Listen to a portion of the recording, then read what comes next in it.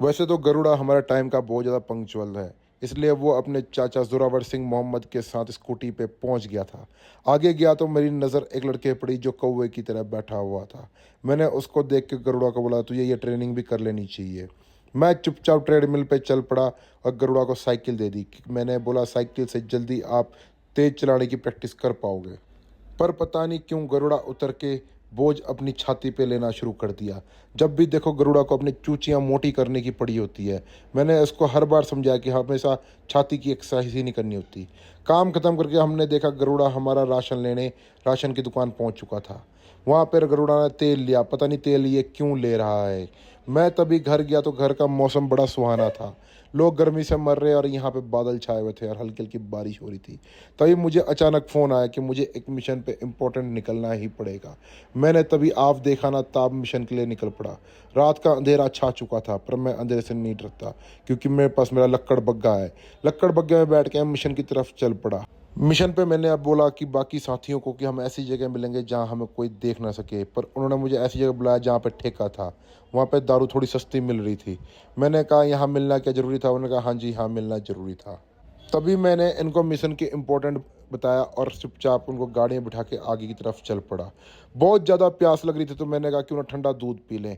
मैंने देखा एक जगह जहाँ अमूल मिल्क लिखा हुआ था, मैंने सोचा यहीं से दूध ले लूँ, पर इसके अंदर तो दारू की तस्करी हो रही थी।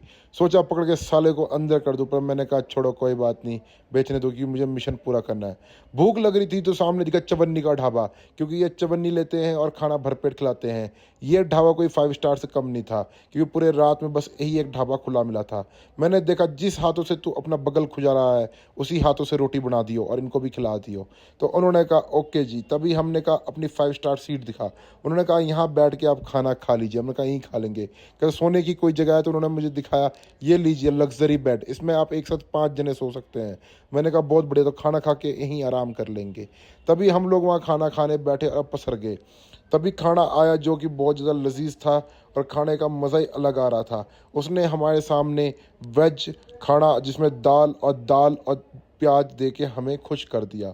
खाना पीना शुरू कर दिया। तभी मेरी नज़र डेविड पुत्रा पे पड़ी जो कि 2000 सीसी बाइक है। मैंने कहा बेचोगे? उन्होंने कहा नहीं। मैंने कहा क्यों? उन्होंने कहा क्योंकि इससे हम मोटो जीपी की रेस में जाते हैं। मैं कहा ठीक है। प्यास लग रही थी तो फ्रिज की तरफ बढ़ा, पर फ्रिज बेचारा यहाँ पे पहले से मरा हुआ था। यहाँ तक कि फ्रिज में भोजपुरी गंदी फिल्मों के फोटो तक लगे हुए थे। आगे जाके देखा तो गायों ने स्ट्राइक कर दिया था। मैंने कहा जी स्ट्राइक क्यों किया? उन्होंने कहा हमारे पास बस एक ही बैल था जिसको इन्होंने पकड़ के जेल में डाल दिया। इसी बीच मैंने सबको इग्नोर मारा क्योंकि मेरा घर जाना बहुत जरूरी था, क्योंकि चवन्नी का ढाबा खा के मेरा पेट हो गया था खराब और मैं घर की तरफ निकल पड़ा।